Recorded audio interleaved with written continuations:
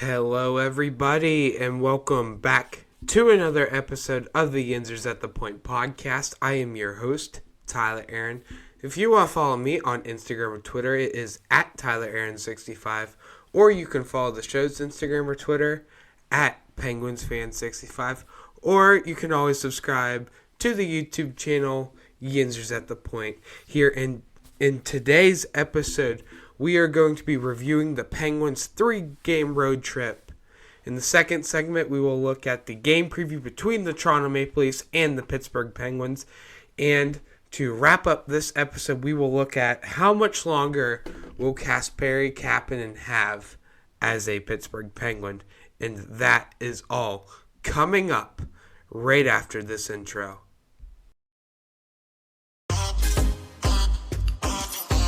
Slap me, silly Sydney. Oh, save my face with a rusty razor. Oh, Murphy and the fans will pile up like a butcher's dog. Oh, let's go hunt moose on a Harley. Oh, scratch my back with a hat. As he beats Theodore like a ragged mule. Ladies and gentlemen, you got it. Elvis has just left the building.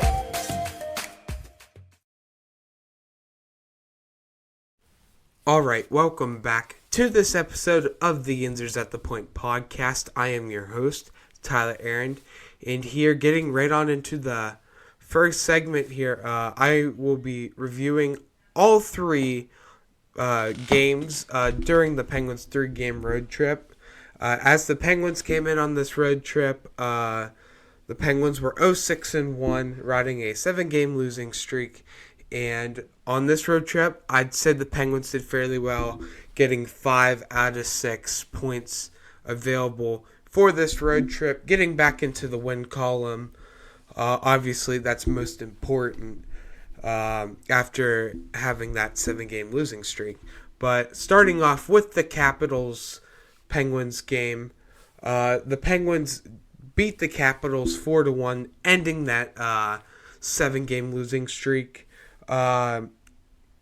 Goals scored for the Penguins. Jason Zucker gets his third of the year, assists by Malkin and Raquel. Brock McGinn gets his second of the year, shorthanded, with assist on Jeff Carter, his fifth. Jeff Petrie scores his second of the year with assist by Crosby, his ninth, and Getzel his fifth. And then Jake Getzel gets his seventh of the year on an empty net. With assists by Chris Letang, his 8th of the year, and Marcus Pettersson, his 5th. And Washington's lone goal was scored by Marcus Johansson, his 4th of the year, with assists by Sonny Milano, his 1st, and Nick Jensen, his 7th. But this game, besides the first 10 minutes of this game, the Penguins played fairly well in this game. Shots on goal, Pittsburgh led that department 28-25. Penguins also led faceoffs won in that department 27-26. The Capitals did get more hits than the Penguins, 36-32, and the Penguins got more penalty minutes, 13-11. So with this win, again, the Penguins snapped their 7-game losing streak, which is really good. And the Penguins' next game versus the Capitals, it will be back at Capital One Arena in Washington, D.C. on January 26th. So after quickly reviewing the Capitals game, we can go ahead and move right on to the Maple Leafs game. The Penguins win 2 in a row with this, as the Penguins beat the Maple Leafs 4-2 in this one. And another great game by the Penguins here. Again, a little shaky in the beginning, but the Penguins came out ready to go and got the job done, winning their 2nd in a row. Penguins goals during this game. Malkin gets his 6th of the year with assist by Chad Ruedel, his 1st of the year. A minute 8 into the second, Jason Zucker nets his 4th of the year with assist by Malkin, his 9th, and Pettersson, his 6th. And then Brock McGinn ends up getting the game winner 1 minute and 54 seconds into the third. It was Brock McGinn's third of the year with assists on Danton Heinen, his fourth. And Jake Getzel gets another empty net goal in back-to-back games with 13 seconds left of the game, with Crosby getting an assist, his 10th of the year. Penguins led the shots on goal in this game. The Maple Leafs did 30-23. Penguins did dominate in the hit department. Pittsburgh leading that 41-14. Faceoffs won, tied at 25 apiece, and the Penguins do get more penalty minutes than the Maple Leafs here, 6-2. And the Penguins, they're going to play the Maple Leafs 3 times in a span of a little over 2 weeks. This game happened on Veterans Day, and then I'm going to get to it in the next segment on the game preview on that. The Penguins play the Maple Leafs tomorrow at PPG Paints Arena, and then boom, 9 days later, again, the Penguins played the Maple Leafs at PPG Paints Arena again for the third time in a 2 week span and in the same month, which is absolutely crazy. So moving on over now to the final game of the road trip here. The Penguins go back to the Centre Bell in Montreal, Ontario, Canada. And the Penguins had a lead 3 different times in this game, but they do fall short in overtime with Tristan Jarry back in net as DeSmith played versus the Leafs and the Capitals, and Jarry did play this one, but it was a good performance again by the Penguins, and Montreal was just the better team heading into that third period. 3 goals scored by the Canadians in this game, or in the third period. And Penguins goals, Jeff Petrie gets his third of the year on the power play against his former team. Ricard Raquel gets his third assist of the year, and Jason Zucker gets his 7th. Ricard Raquel scores a few minutes later into the second, his 6th of the year. Marcus Pettersson and Jason Zucker gets the assist. Jason Zucker now at 8 and Pettersson at 7. Malkin gets one for the Penguins as well, his 7th of the year. Zucker gets his 3rd assist of the game, and Petrie gets his 4th of the season. And then Brock McGinn thought he had another game-winning goal. Could be his 3rd game in a row. He gets his 4th of the year with assist by Jeff Carter, his 6th, and Brian Dumoulin, his 4th. And then for the Canadians, Cole Caulfield scores 1. Josh Anderson gets another. Suzuki scores 1. Sean Monahan on the power play, and then Mike Hoffman wins it in overtime for the Canadians. But Montreal absolutely dominated the Penguins in the shot category for this one, 42-24. Penguins led in hits, 20-15. Penguins also led in penalty minutes, 12-8, and faceoffs won, 34-29.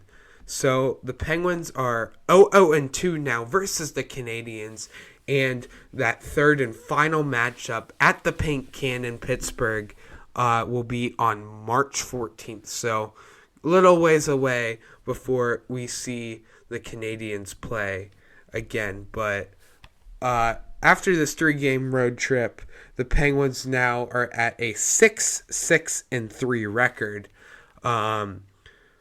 That's 15 points in the Metro and still 7th place in the Metropolitan Division, but only 4.5 games out of first place. So, again, that 7-game losing streak did hurt us, but it looks like that the Penguins are finally finding their stride again, which is good. But definitely best performers throughout this entire road trip, definitely the second line. Raquel, Malkin, and Jason Zucker. Just in the Canadiens game alone, they combined for a total of 6 points. And Jason Zucker had 3 assists in that game. Raquel had a goal and an assist. Malkin had a goal in this game. So definitely the second line was really good during this road trip. Casey Smith played out of his mind too, winning both of the games that he played. Tristan Jarry, it's been reported that he's had some health concerns. He has been struggling as of late. It makes me wonder if this has something to do with his previous injury back in April, May, when we played the Rangers in the playoffs. But I'm just hoping Jarry recovers well. Penguins practiced today. Malkin was not on the ice at all during practice. Mike Sullivan said that he had a personal day. I'm just hoping it's nothing serious. I have a suspicion that he got the sickness that is going around the Penguins locker room. But Penguins have 6-6-3 record, 15 games into the season. And before I move on to the second segment, I want to look at the Penguins as stat leaders through 15 games played. Point leaders for the Penguins. The Penguins have 2 players over point per game right now, and those are the two-headed monsters, Genny Malkin and Sidney Crosby, both sitting at 16 points in 15 games. Jake Getzel is third on the team with 13 points. Jason Zucker also tied with Jake Getzel at 13 points, and Rickard Rakell has 9 points, sitting at 5th on the team. Goal leaders, Jake Getzel leads the Penguins in goals with 8 in just 11 games. Evgeny Malkin second, 7 goals in 15. Sidney Crosby in third, 6 goals. Rickard Rakell in fourth, 6 goals as well. And tied for 5th, Jason Zucker, Brian Rust, and Brock McGinn with 4 goals each. Assist leaders, Crosby leads the team in assists with 10, Malkin in second with 9, Zucker in third with 9, Chris Letang in fourth with 8, and Marcus Pettersson in fifth with 7.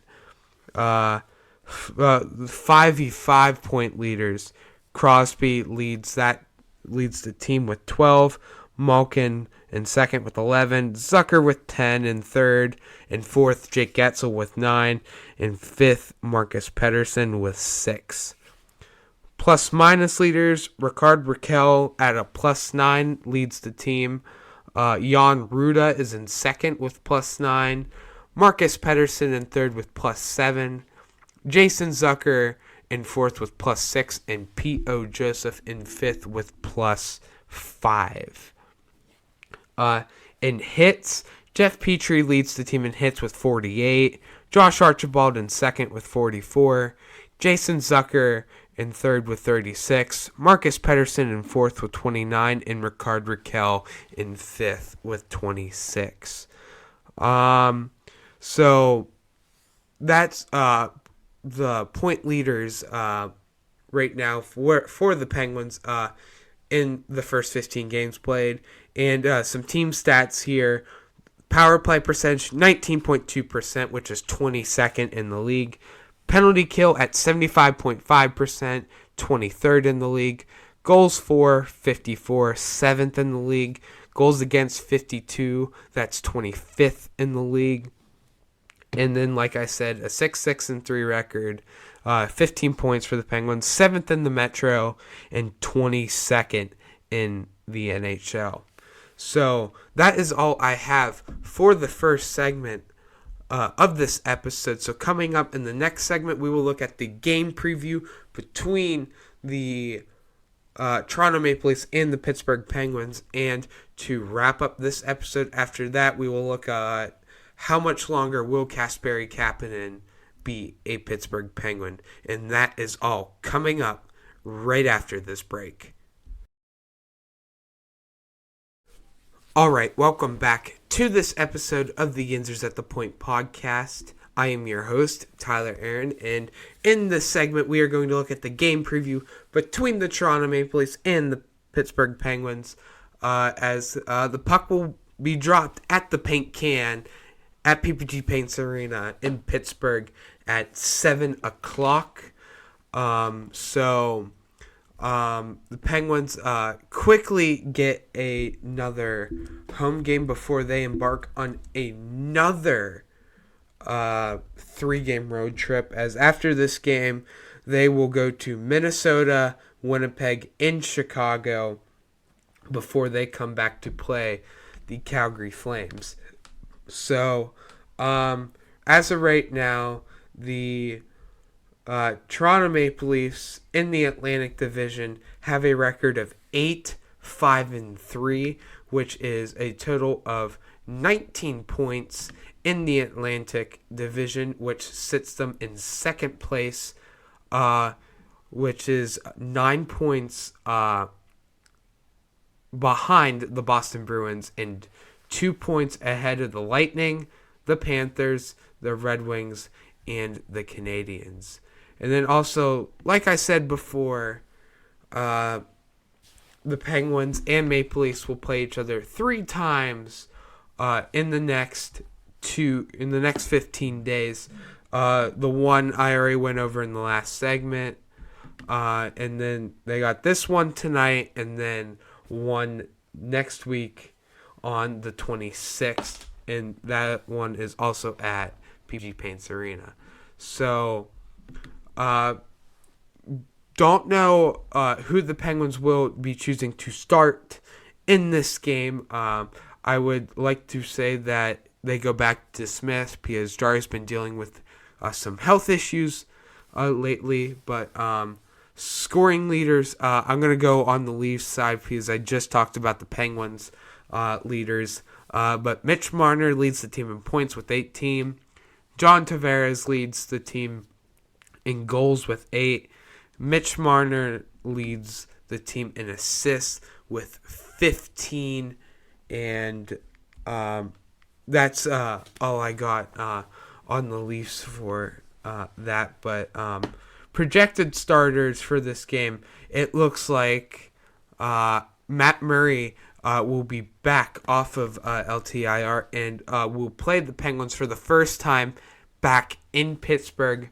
Murray has only played one game, it looks like, this year. He is 0-1 with a 4.05 goals against average and an .866 save percentage. But it'll be nice to see Matt Murray making his return to the Berg to take on the Penguins. And I don't know who the Penguins will be starting in goal as this moment that I'm recording it. I would like to think it'll be Casey DeSmith starting, again with Jarry dealing with those health issues. But DeSmith right now is 2-3-1 this year with a .267 goals against average and a .916 save percentage. And injury report for both teams. Matt Murray will likely start. He's been out for a while. Jake Muzzin was just put on IR, and TJ Brody has as well. P.O. Joseph is day-to-day. He's dealing with an injury. Philip Hollander is day-to-day as well. He's dealing with an upper body injury, I think. And Teddy Bluger is still on IR. And I guess he's day-to-day, according to Mike Sullivan on this. But the Maple Leafs in their last 5 games, they beat the Canucks 3-2. They lost to the Penguins 4-2. They lost to the Vegas Golden Knights 4-3 in overtime. And then they lost in Carolina, they won in Carolina 3-1. And then they beat the Bruins 2-1 at home. And then Caesar Sportsbook odds here. The line, Toronto at -115. And the over-under is 6.5. Now, projected lineups for this one. On line 1, I have Bunting Austin Matthews and William Nylander. On the second line, Kerfoot, Tavares, and Marner. Third line, Zach Aston Reese, David Kampf, and Dennis Malgin. And on the fourth line, Pierre Engvall, Pontus Holmberg, and Kaylee Yarncroke. And then on defense, Morgan Riley and Timothy Liljegren on the first, Jordy Ben and Justin Hall on the second, and Mark Giordano and Rasmus Sandin on the third, and Matt Murray starting in goal. And then for the Penguins, line one should be the same as how the Penguins have been running. Crosby with Getzel and Rust. Second line, Malkin, Zucker, and Raquel. Third line, Heinen, Jeff Carter, and Brock McGinn. And then on the fourth line, Ryan Poehling with Josh Archibald and maybe Teddy Bluger if he plays. But I don't know. But maybe who takes over that place. I guess Kasperi Kapanen for that. And then on the defensive side for the Penguins, Marcus Pettersson will be with Chris Letang. Second pairing, Jeff Petrie with P.O. Joseph. And then on the third pairing, we have Brian Dumoulin with Jan Ruda. And then Ruedel being the second one. But in practice today, Teddy Bluger took place for Malkin as Malkin had that personal day. But it's going to be a good game between these two teams. And this game looks like it will be on ESPN Plus. So unfortunately, you won't be able to watch it on AT&T Sportsnet. It doesn't look like. Looks like you can only listen to it on 105.9 The X or watch it on ESPN Plus. And then if you want to go to the game, it's Hockey Fights Cancer Night. I'm pretty sure they're giving away a beanie for the game or a tote bag, as I'm trying to remember what the promotion schedule is. But tickets are as low as $32, and the Penguins will be in the reverse retros.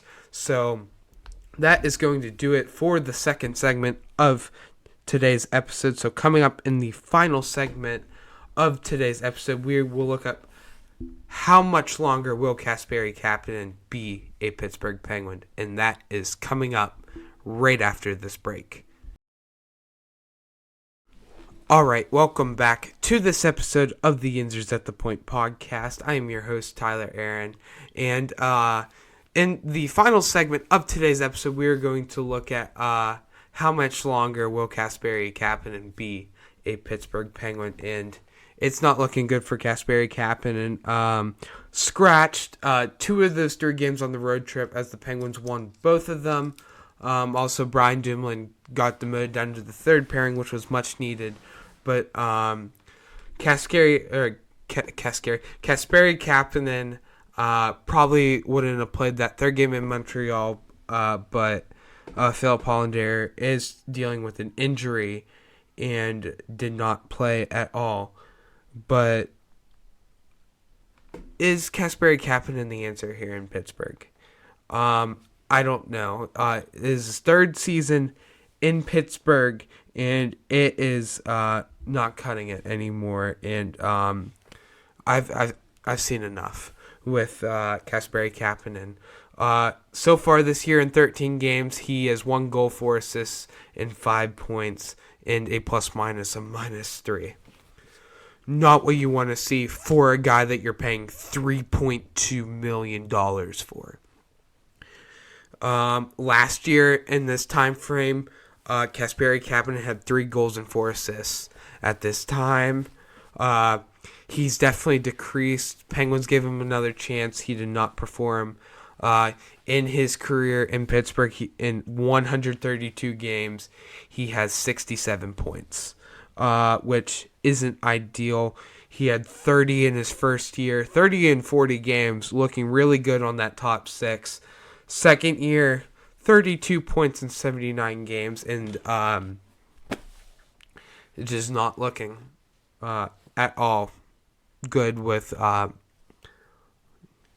Kapanen here in Pittsburgh, and it's time to move on. I know that there's a lot of people out there who still believe in Kapanen. I mean, a few handful of Penguins fans. I just had a conversation with someone on Twitter, and I popped out the idea of would we be okay with waiving Kasperi Kapanen, and someone said, I might be one of the handful of fans who enjoy Kasperi Kapanen and still believe in him, but they believe in the logo before the players. And if a move like this happens with Kapanen and it makes the team better for the future and makes it more beneficial for us to win the Stanley Cup, then it's a move that you need to make. Whether you trade him, you waive him, send him down to the AHL. That is always an option too.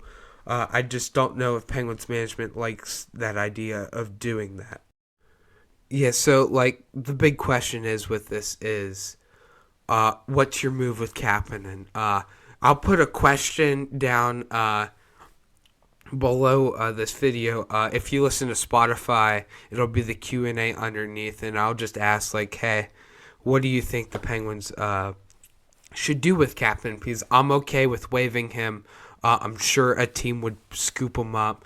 I actually have a few trade candidates or teams that would be willing to pick him up. A team like the Coyotes, who are in full rebuild mode. Another team, Vancouver Canucks, with their GM being Patrick Alvin and Jim Rutherford as the guy of Hockey Ops over in Vancouver. It's something that the Penguins should look into because it's not looking good here in Pittsburgh. And, I feel like Kapanen's cap hit is really a big tool on this. And I mean, he's still relatively young. He's 26. He's right in the middle of the prime of his career, kind of slowly going to the end. But just time will tell with Kapanen how much longer he'll be here. That is the question right now. But I have a few players, that the Penguins could potentially make a move for, and I think a perfect suitor with this would be the Dallas Stars. Why not go 1-for-1 Kasperi Kapanen for Denis Gurianov? Again, it just makes too much sense here. They're both former first-round draft picks. They're both 25, 26 years old. They both are in the cap range of $2.9 million and $3.2 on the cap. They both only have one goal and 4 assists for 5 points, and they're both healthy scratches on the team. And, it makes sense because maybe Denis Gurianov can find his stride here in Pittsburgh, and Kasperi Kapanen can find the same stride over in Dallas. And then, again, a few more here, but Kapanen for Maxime Comtois over in Anaheim. That could be a potential suitor for a trade. Again, Denis Gurianov, like I talked to, Lundstrom from LA, Pavel Zacha from Boston, and maybe even Puljujärvi from Edmonton. It feels like Penguins fans have been talking about a Kapanen for Puljujärvi trade for, it's been 2 years now, which is insane. But it's time to move on from Kasperi Kapanen. But I feel like the most logical is Cappy for Gurianov 1-for-1. If not, Penguins can always add a little sweetener on that. I'd be okay giving up a 5th, 6th round pick on top of that to bring in Denis Gurianov.